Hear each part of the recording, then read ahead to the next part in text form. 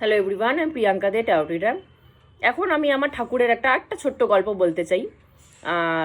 তিনি যখন আমাদের ঠাকুর যখন ইয়ং ছিলেন, একদম যখন পড়াশোনা করছিলেন, তখনকার একটা গল্প বলতে চাই। এটার থেকেও আমাদের অনেক কিছু শেখার আছে, কারণ এগুলো সব লীলা, এগুলো সব গল্প না, এগুলো সব এক একটা ঠাকুর লীলা করে মানে কিছু আমাদের বোঝানোর চেষ্টা করেছেন, কিছু আমাদের শিখিয়ে গেছেন। এগুলো এক একটা সব লীলা, তারই লীলা। তো তিনি যখন পড়াশোনা করতেন, তো আমাদের ঠাকুর সায়েন্সের স্টুডেন্ট ছিলেন, আগেও বলেছি, ডাক্তারি পড়েছেন। তো উনি কলকাতায় এসে, ওনার জন্ম হয়েছিলেন পাবনা জেলার, বাংলাদেশের পাবনা জেলার হিমায়তপুর গ্রামে। তো সেখান থেকে উনি ডাক্তারি পড়ার জন্য কলকাতায় কিন্তু আপ ডাউন উনি করতেন। কলকাতায় এসে পড়াশোনা করেছিলেন ডাক্তারি, আপ ডাউন কিন্তু করেছিলেন। তো ডাক্তারি পড়া যখন ওনার কমপ্লিট, তখন উনি আবার তার হিমায়তপুর গ্রামে কিন্তু ফিরে যান। সেখানে গিয়ে ছোটো মোটো করে উনি ডাক্তারি, সবাইকে রোগী দেখা, পেশেন্ট দেখা, নিজের হাতে ওষুধ তৈরি করা। আমাদের ঠাকুরে কিন্তু প্রচুর ওষুধ আছে, সব নিজের হাতে তৈরি করা, একদম ভেষজ ওষুধ, গাছগাছালি দিয়ে তৈরি করা, কোনো এক্সট্রা কোনো কিছু মানে যেটাকে বলে ভেজাল ছাড়া সব ওষুধ। আমরা এখনও সেটাকে ইউজ করি, সেটা এখনও তৈরি হয়, সেটার ফর্মুলা এখনও আছে, এখনও তৈরি হয়। সেটা আমরা রেগুলার সৎসঙ্গী মানুষ, আমরা কিন্তু রেগুলার সেটাকে ইউজ করি, সেটা কিন্তু খুব ভালো রেজাল্টও আমরা পাই। তো উনি ওষুধ তৈরি করা শুরু করেন, ছোটোখাটো রোগী দেখা শুরু করেন। তো এসব কিন্তু উনি শুরু করেন ডাক্তারি কমপ্লিট করার পরে। তো সেই গ্রামে কিছু বাজে ছেলে মানুষ ছিল, ইয়ং ছেলে, ঠাকুরের বয়সী, তখন ইয়ং একদম বাজে ছেলে মানুষ ছিল, যারা চুরি ডাকাতি, মেয়ে মানুষকে মানে টর্চার করা, প্রবলেম ফেলা, এইসব করে বেড়াতেন।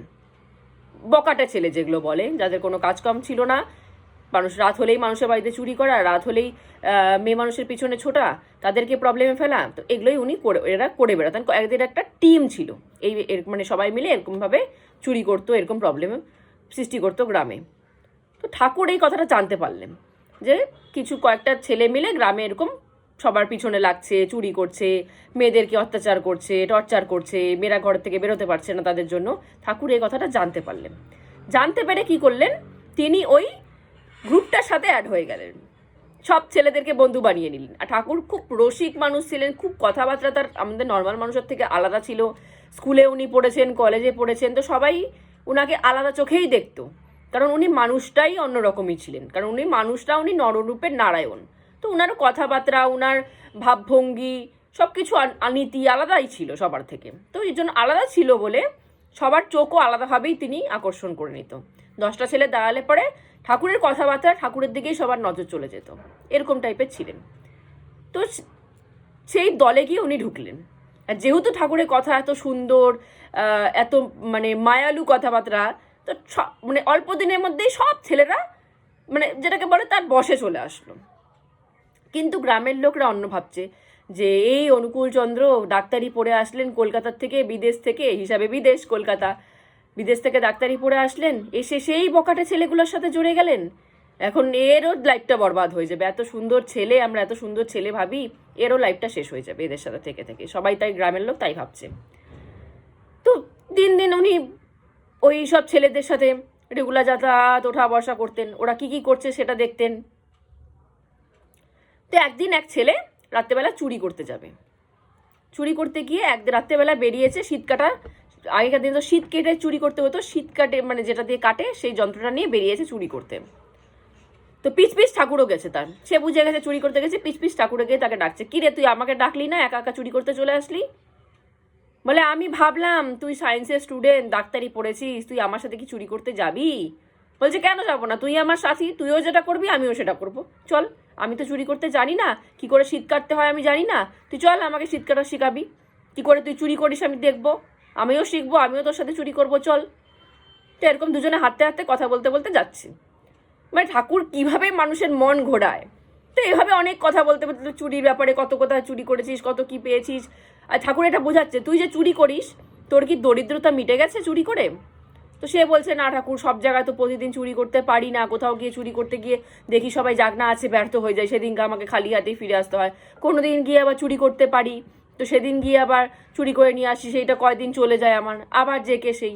তো ঠাকুর বলছে তুই এমন একটা কাজ করিস যেটাতে তোর দরিদ্রতা তো কমছে না, তাহলে তুই এরকম কাজ করিস কেন? তাহলে তুই আর অন্য কাজ খোঁজ যেটাতে তোর দরিদ্রতা কমে যাবে, তোকে এই প্রতিদিন রাত্রেবেলা করে ঘুম নষ্ট করে তোকে চুরি করতে বেরোতে হবে না। প্লাস তোকে সমাজে যেরকম মানুষ চোর বলে জানে, তুই ভালো একটা কাজ যদি করিস তোকে সমাজে প্রতিষ্ঠাও পাবি, নামও পাবি। তো এরকম কাজ করিসই কেন যেটাতে তুই সাকসেস পাচ্ছিস না, সফলতা তুই পাচ্ছিস না, উল্টো ধরা পড়লে পরে লোকে পেরিয়েও দিবে, মারও খাবি। এরকম কাজ করিস কেন তুই? একটা ভালো কাজ খোঁজ তাহলে।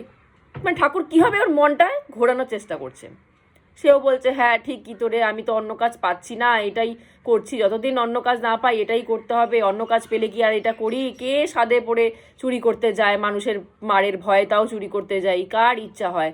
আমি পাই না কাজ সেরকম খুঁজে তাই করছি, অন্য কাজ খুঁজবো, পেলে আর ছেড়ে দেবো, আর করবো না, নিজের মনও চায় না রে চুরি করতে, কি বলবো। তো এই বলতে বলতে ঠাকুর বলছে আচ্ছা তোর তো নতুন বিয়ে হয়েছে শুনলাম। সে বলছে হ্যাঁ নতুন বিয়ে হয়েছে। বলছে তোর বউ ঘরে এখন ঘুমিয়ে আছে না? বলছে হ্যাঁ। তখন ঠাকুর বলছে তুই তোর ঘরের দরজাটা লাগিয়ে আসছিস তো? এরকম তো হবে না, তোর বউ ঘরে শুয়ে আছে, দেখ তুই চুরি করতে গেলি অন্য জায়গায়, এদিকে তোর ঘরে আবার অন্য চোরনা ঢুকে যায়, ইয়ং বউ ঘরে ঘুমিয়ে আছে, কেউ যদি নোংরামি করে, কেউ যদি তোর ঘর থেকে চুরি করে কিছু নিয়ে যায়, বউটাকে কিছু করে, তখন তুই কী করবি? তখন বলছে ঠিক তো রে, আমার তো চুরি করার ধান্দায় আমার তো মনেই নেই যে আমি আমার ঘরের দরজা লক করছি কিনা। এই বলে সে পিছন ঘুরে সে চুরি করবে কি পিছন ঘুরে দৌড় নিজের বাড়ির থেকে। তারপরের দিন থেকে সে ভয়ের চোটে আর বলছে ঠাকুরকে, ঠাকুর আমি, কারণ ঠাকুরকে ছোটোবেলার থেকে সবাই ঠাকুর বলেই জানতেন, ছোটোবেলার থেকে তাকে ঠাকুরই বলতেন সবাই। তো ঠাকুরকে বলছেন ঠাকুর আমার না মন ইচ্ছা করছে না চুরি করি, আমার জন্য একটা অন্য কাজের ব্যবস্থা করতো, আমি অন্য কাজই করবো, রাত্রেবেলা করে বউটাকে ছেড়ে বেরো হব না, নতুন বিয়ে করছি, ও আমাকে যেতে দিতে চায় না রাত্রেবেলা করে, দিনের বেলা কাজ করে এসে রাত্রেবেলা থাকবো, তো একটা কাজ খুঁজে দে আমাকে, আমি চুরি ছেড়ে দেবো। এইভাবে ঠাকুর একজনের চুরি ছাড়িয়ে দিলেন।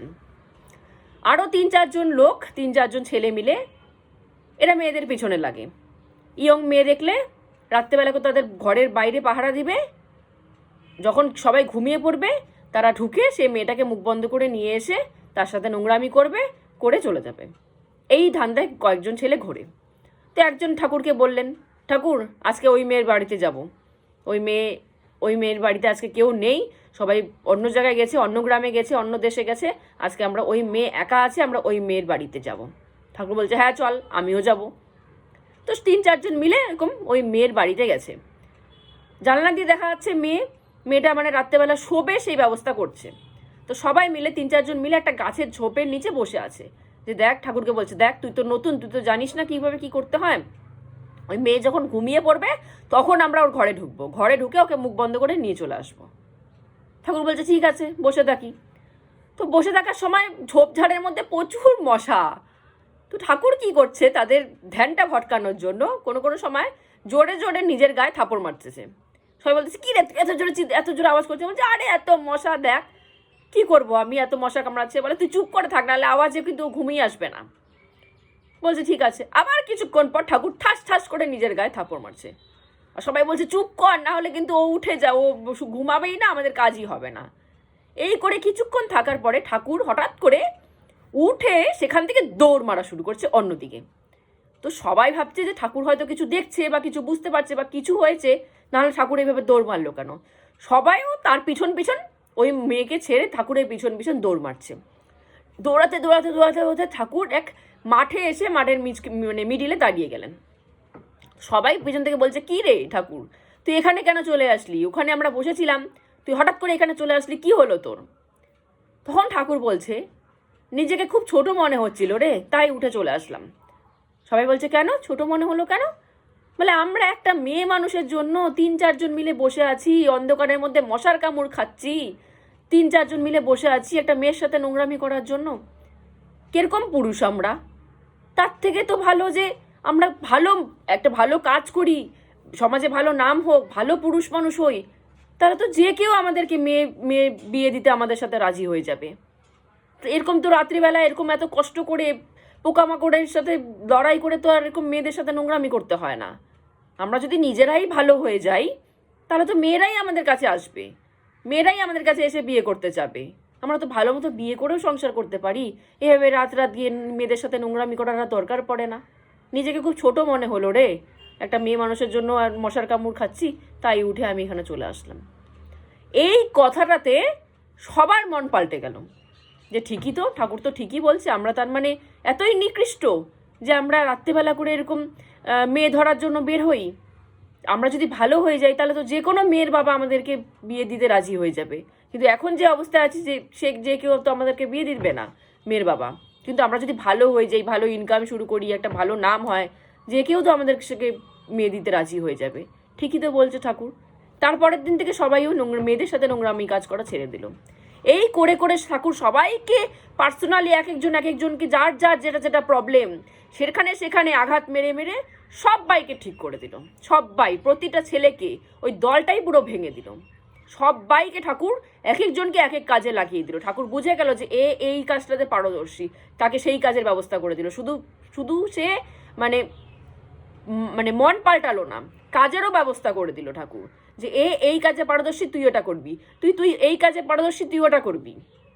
সবাই কোন কাজে কে কে পারদর্শী সেটা দেখে ঠাকুর সেই রকম কাজেরও ব্যবস্থা করে দিল সবাইকে। সবাই কাজ করছে, সেই গ্রুপটাই ভেঙে দিল ঠাকুর।